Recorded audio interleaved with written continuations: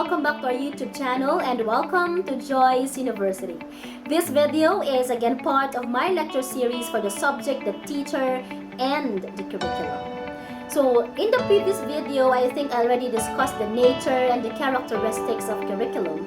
And this time I'll be discussing the different phases of curriculum development process, right? And the curriculum development process systematically organizes three important things.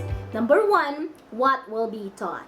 Alright, you are referring to the subject matter, to the content, to the course that you have to teach your students. The second one, who will be taught? Okay, what kind of students do I have? What kind of audience am I targeting? What learning styles do they have? What age do they have and the level of the maturity that they have? The third one is how will it be taught? Alright, so how will I teach this content to these kinds of students? What strategy should I employ? What method should I use so that I may be able to ensure that these students really have learned something from me? So each of these components affects and interacts with one another. How something is taught is really affected by who will be taught. Okay, because like what is said by different educationists, different folks, different strokes. So meaning different kinds of students need different strategies at the same time. It means that when you are in this particular section, your methods here should not be the same with the methods that you'll be using in this particular section, because your students are diverse, because your students' needs are different. So these are the three things that you have to look into. Now, the first phase of curriculum development process is curriculum planning. Everything really starts from planning. Sabi nga nila, nobody plans to fail. But if someone fails to prepare or to plan, then that person should be prepared to fail. Because everything starts from planning. The planning phase lays the foundation for all the curriculum development steps. So everything starts from planning. The first thing they have to do in curriculum planning is you've got to identify issues, problems, or needs that are to be addressed. So you have to look into the major problem that you have to solve, or the major issue that you have to look into.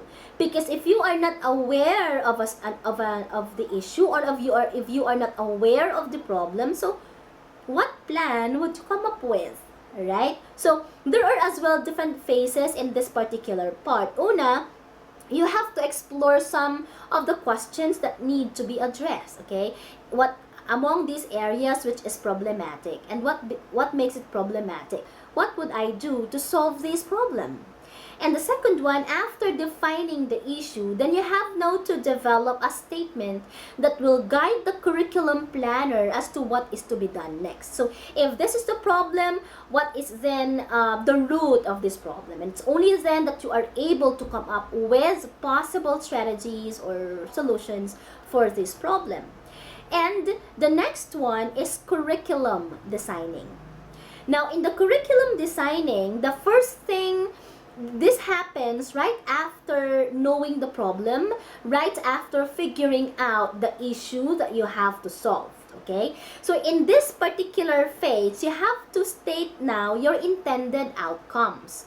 And these intended learning outcomes or educational objectives state what the learner will be able to do as a result of participating in the curriculum activities.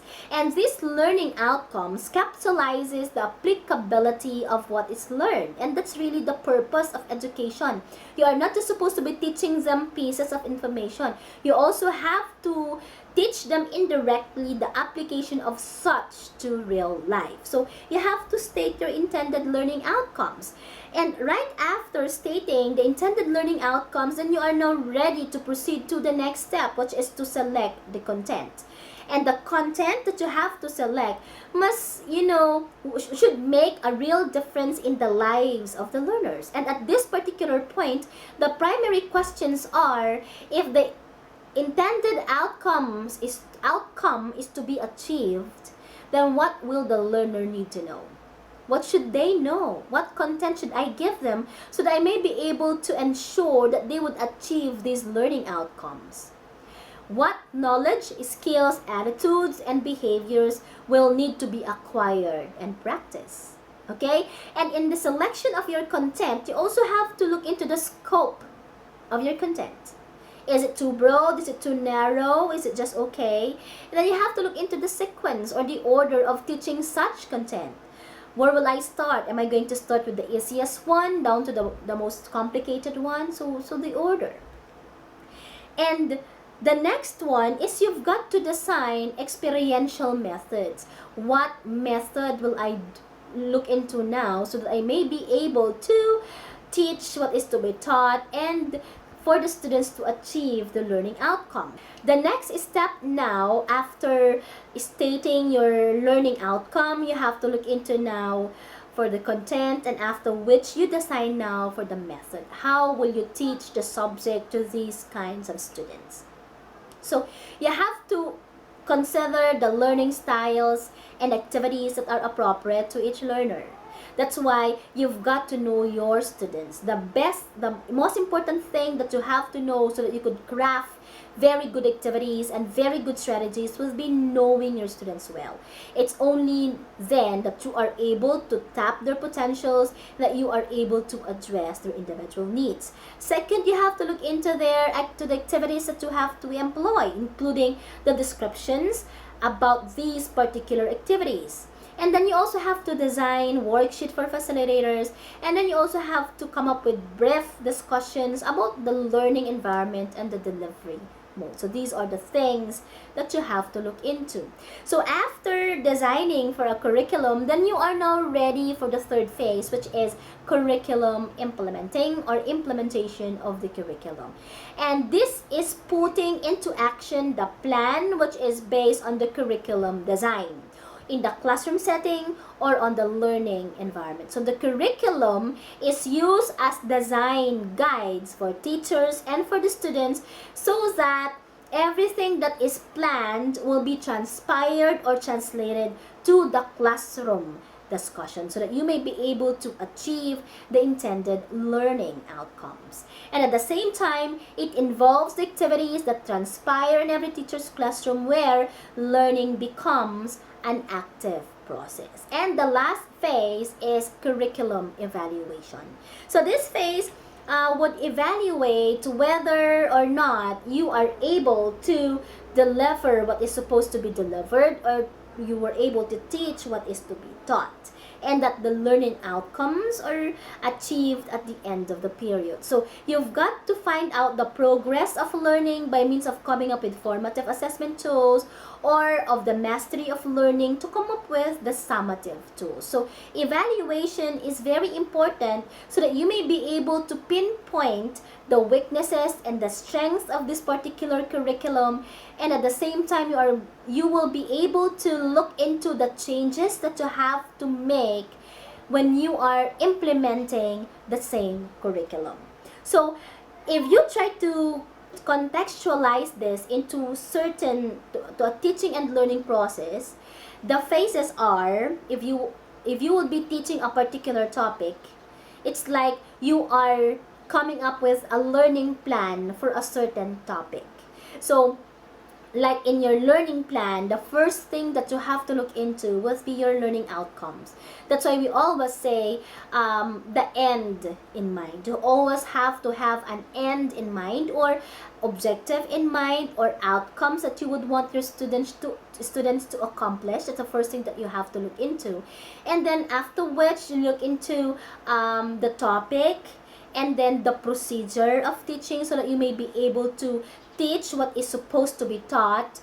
And at the end part, you should give evaluative tool so that you may be able to know whether your students have understood your lessons or not.